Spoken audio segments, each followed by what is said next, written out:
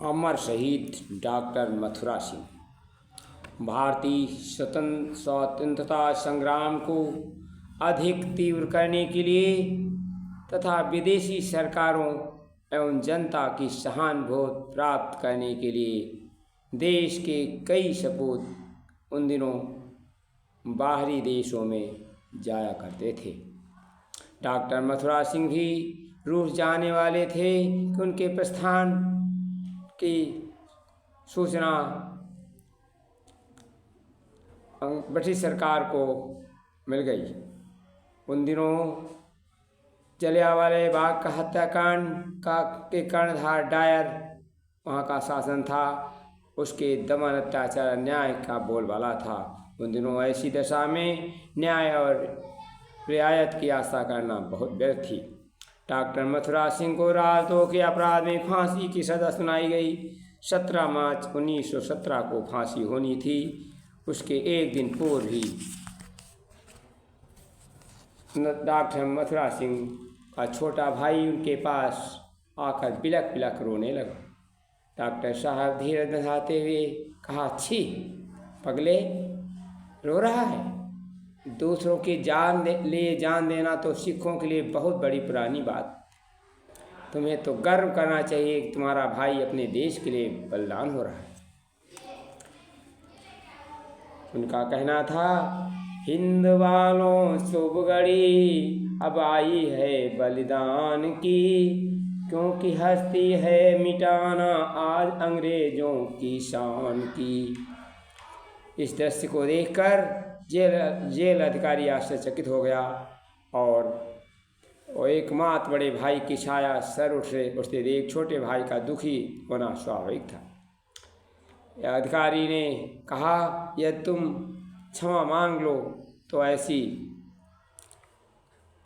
तुम सज़ा कम कर सकते हैं, परंतु क्षमा मांगने की ऐसा काम क्या किया? डॉक्टर साहब ने कहा, तुमने अभी दुनिया देखी क्या मथुरा सिंह? इस अवसर पर हाथ मत खो। मथुरा सिंह आग बबूला हो गए और बोले, मुझे फांसी हो रही है, तुम समझते हो क्या मैं दुखी हूँ? नहीं, मुझे तो बड़ी खुशी हो रही, गर्व की बात है। और इस मैं विप्लव को सफल बनाने के लिए मुझसे कुछ हो सका किया है, क्योंकि आज फिर अंग्रेजों ने हमसे ठाना बैर है। अब नहीं दुनिया में उनकी जिंदगी की खैर है। आज वो भी देख लेंगे शक्ति हिंदुस्तान की, हिंद वालों शुभ घड़ी आई है बलिदान की।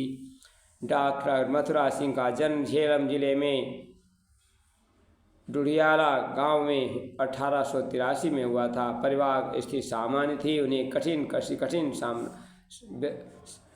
परिस्थितियों का सामना करना पड़ा।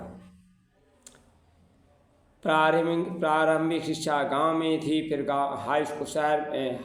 हाई स्कूल तक शहर में पढ़े। उसके बाद डॉक्टर मथुरा सिंह चिकित्सा विभाग में लगाव था परंतु परिवार की स्थिति ठीक नहीं थी, इसलिए वो आगे नहीं पढ़ सके।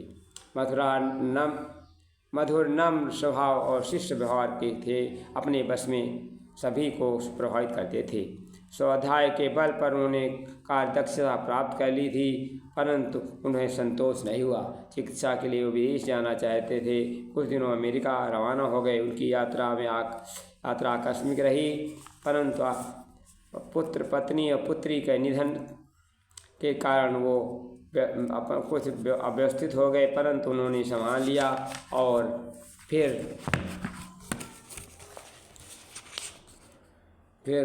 वो वेदना और परमात्मा का मंगल विधान समझ कर सह गए।